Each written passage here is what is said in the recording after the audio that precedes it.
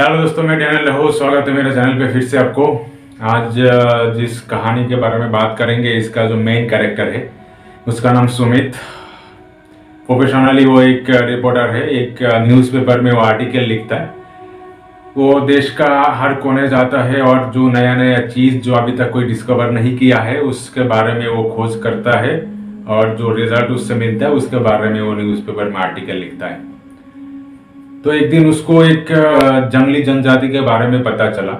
जहाँ पे सुमित रहता है वहाँ से लगभग 200 किलोमीटर के दूरी पे एक जंगल है। उसमें एक जनजाति रहता है। उनका रहन सहन और उनका व्यवहार थोड़ा विचित्र रहता है बाकी दुनिया के लोगों से। तो सुमित को वो खबर मिलने के बाद वो तुरंत निकल जाता है उसके उद्देश्य में, और बहुत मुश्किलात के बाद, क्योंकि उस जंगल में घुसने के लिए बहुत पुलिस रेस्ट्रिक्शन से और बहुत ही प्रशासनिक नियम फॉलो करना पड़ता है। और ऊपर से उस जंगल में घुसते टाइम उस जंगल का जो जनजाति है उन लोगों के साथ बहुत बातचीत करने के बाद, नेगोशिएशन करने के बाद उसको परमिशन दिया जाता है उस गांव में जाने के लिए। पर आखिरकार वो पहुंच ही जाता है। पहुंचने के बाद बाहर उसको सोना देता है, कोई घर में नहीं जगह मिलता है। तो एक दो दिन वो बाहर ही बिताता है और गाँव में जो हरकतें होता है उन लोगों के बारे में बहुत कुछ वो कलेक्ट करता है, जो अपने डायरी में लिखता है। वो तो देख के आगे जाके वो आर्टिकल लिख सके। 2 दिन बाहर बिताने के बाद उस गांव की एक बूढ़ी औरत है, उनको सुमित को देख के बहुत तरस आती है और बोलती है कि तुम मेरे घर में रह सकते हो, क्योंकि मेरा कोई है नहीं, मैं अकेले रहती हूँ। मेरा छोटा सा कुटिया है, उसमें आके तुम मेरे साथ कुछ दिन बिता सकते हो जब तक तुम्हारा काम खत्म ना हो जाए। तो उस बूढ़ी औरत की बात सुन के सुमित को बहुत अच्छा लगा। एक अपनापन महसूस हुआ कि कोई आखिरकार बुलाया घर में, और रहने के लिए एक छत मिलेगा, इस बाहर जंगल में रात तो नहीं बिताना पड़ेगा। सुमित खुशी खुशी उस बूढ़ी औरत के घर में चला जाता है और रहने लगता है। उनसे बहुत कुछ पूछता है कि इस गांव में क्या क्या होता है, इस गांव का कल्चर क्या है, कौन सा कल्चर, कौन सा धर्म फॉलो करता है, ये सब पूछताछ करता है। सब कुछ उसको अच्छे से जवाब मिल जाता है। पहले ही बता चुका हूँ कि उस जनजाति का जीवन बाकी दुनिया लोगों से बहुत अलग है। तो सुमित को उतना शौक नहीं लगता ये सब बात सुन के, लेकिन एक चीज सुन के उसको थोड़ा अजीब लगता है कि इस जनजाति का लोगों का किसी का अगर मौत हो जाता है तो ये लोग सत्कार के लिए ना जलाता है ना दफन करता है।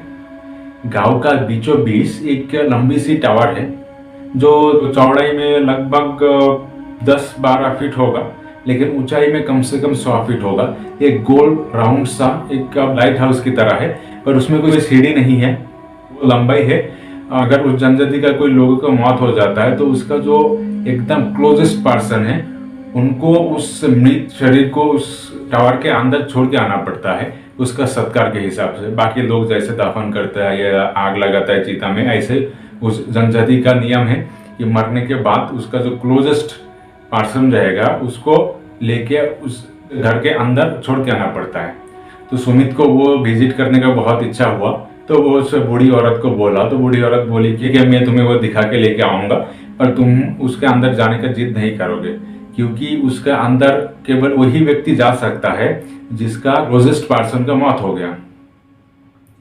सुमित बोला ठीक है, मुझे आप बाहर से दिखा दीजिएगा, मैं उतना में खुश रहूंगा। तो बात के तहित वो लोग गए और देखा, लेकिन एक चीज देखे सुमित को बहुत बहुत अजीब लगा कि उस गांव में ही घर कंक्रीट से बना हुआ है, बाकी सब लकड़ा पत्ता से बना हुआ है। पर वो जो मौत के बाद जो वो लोग बोलते हैं शांति का घर, उस घर में बस वही घर कंक्रीट का बना हुआ है, और गांव का किसी भी घर ईंट पत्थर या कंक्रीट से बना हुआ नहीं है। वो लोग इस्तेमाल ही नहीं करता है। ये चीज़ उसको बहुत अजीब लगा। वो देखा, आजू बाजू देख के बहुत फोकस किया हुआ था, वो सब फोटो लिया और लिखा भी, और वहां से चले आए। आके बूढ़ी औरत के घर लौट के उसके बाद उस शांति का घर के बारे में सुमित सोच रहा था। अभी उसको उस शांति का घर के अंदर जाने का बहुत मन हो रहा था, पर क्या करे, जा नहीं सकता अगर किसी का मौत नहीं हो सकता है। अब उस घर में जाने के लिए तो कोई किसी का मर्डर तो नहीं कर सकता, और उसका क्लोज कौन भी हो सकता है। तो ऐसे गाँव में घूम फिरने की वजह से, बहुत डेटा कलेक्ट करने की वजह से लगभग 12-15 दिन बीत गया।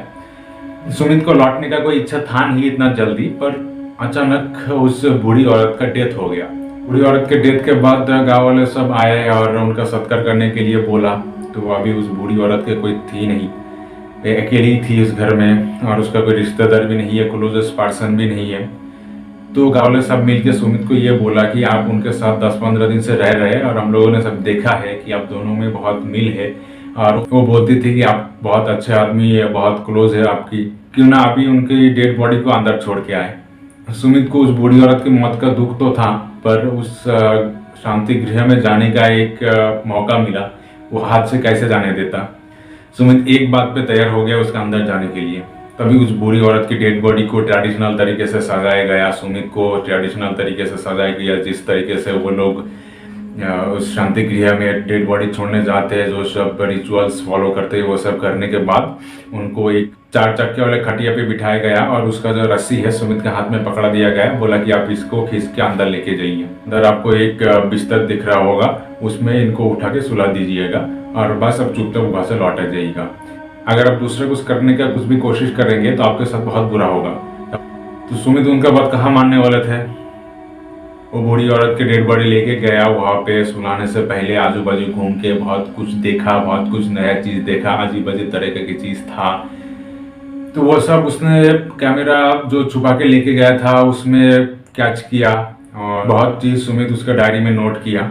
बाद में उस बूढ़ी औरत की डेड बॉडी को उसके ऊपर सुला दिया और चुपचाप उनके बातों के हिसाब से निकाल आए। निकाल आने के बाद वो गांव में और ज़्यादा लेट नहीं किया, वो 2-3 दिन में गांव से निकल गया। और जब वो एडिटर को ये सब जो डॉक्यूमेंट है ये सब सजा के लिख के उसके पास पब्लिश करने के लिए देते, तो उनके एडिटर कुछ उनको सवाल करते हैं, सब जो चीज़ें था इसके अंदर, इसका मतलब क्या हो सकता है। अगर कोई बिना वजह बिना सर पर के ये सब छाप देंगे तो लोगों को पसंद नहीं आएगा। उससे अच्छा रहेगा कि तुम वहाँ पे फिर से जाओ और उसके बारे में तुम गहराई से छानबीन करो और हम एक पुख्ता सबूत के साथ ये सब न्यूज़पेपर में छप पाए। तो एडिटर की बात सुन के सुमित बोला ठीक है मैं जाता हूँ, क्योंकि सुमित को भी नौकरी प्यारी था और वो चाहता था कि वो जो भी छपे वो बहुत गहराई से रिसर्च किया हुआ हो। तो फिर से उस गांव में जाता है क्योंकि वो पहली बार जा चुका है, तो इस बार उतना दिक्कत नहीं होता है, वो आराम से घुस सकता है क्योंकि उस गांव का हर लोग उसको पहचान गया है, क्योंकि उस गांव का एक औरत को वो अंतिम सत्कार किया हुआ है। तो उसके वजह से उस गांव का लोग उसको अपना लेता है और एक घर में उसको रहने भी देता है। पर सुमित को उस घर में रहना नहीं था, वो एक्चुअली उस शांति गृह के अंदर फिर से जाना चाहता था और देखना चाहता था कि उसका पीछे का रीजन क्या है, वो लोग ये सब रिचुअल क्यों मानते हैं और उसमें इतना सारा डेड बॉडी छोड़ा गया है फिर भी एक भी ना हड्डी दिखा, ना कोई सड़ा हुआ डेड बॉडी दिखा, ना कोई ऐसा चीज दिखा जिसके वजह से ये सब चीज गायब हो जाता है वहाँ से। तो एक रात को वो डिसाइड किया कि इस रात जब लोग सो जाते हैं तब वो चुपचाप वहाँ पे जाएगा और उसके बारे में बहुत गहराई से छानबीन करेगा और चुपचाप वहाँ से निकल के आके गांव से ही निकल जाएगा।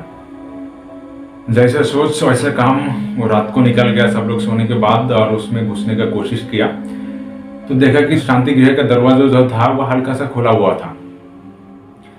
वो हल्का सा हाथ लगा के वो चुपचाप खोलने का कोशिश किया और वो आसानी से खुल भी गया।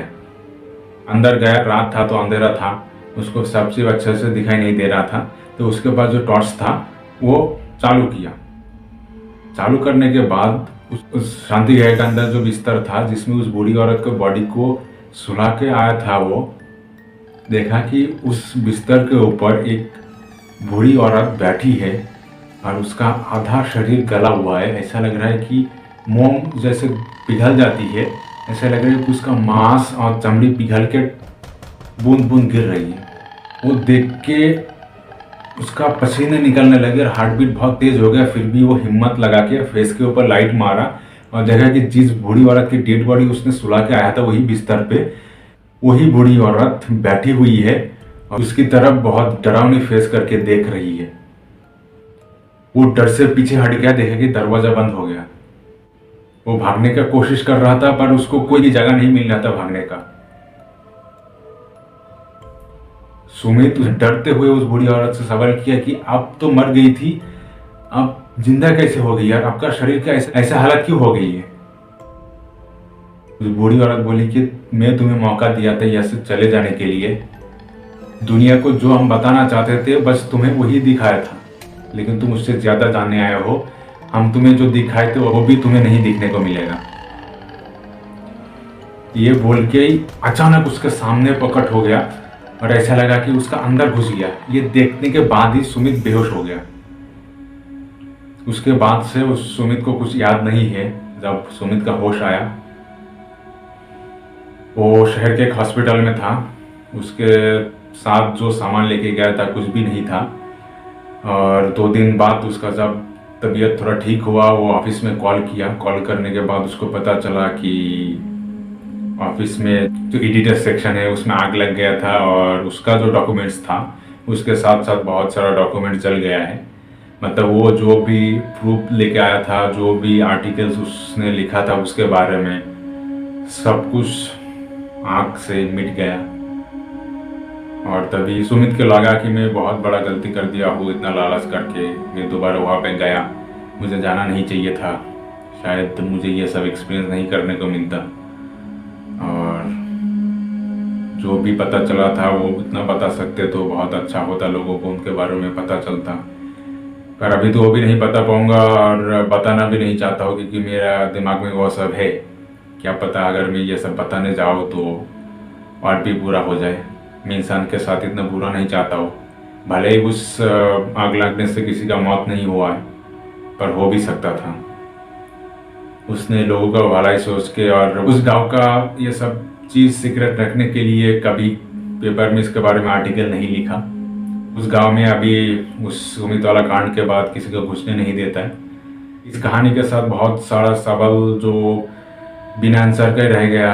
उसमें से ये है कि उस बूढ़ी औरत कौन थी जो सुमित को उसके घर में रखी थी, और वो जो आधा गला हुआ बूढ़ी औरत बैठी थी उस बिस्तर के ऊपर, वो भी कौन थी। और क्या उसको प्लान करके दोबारा बुलाई गई थी कि वो सब ये सब छपने वाला था।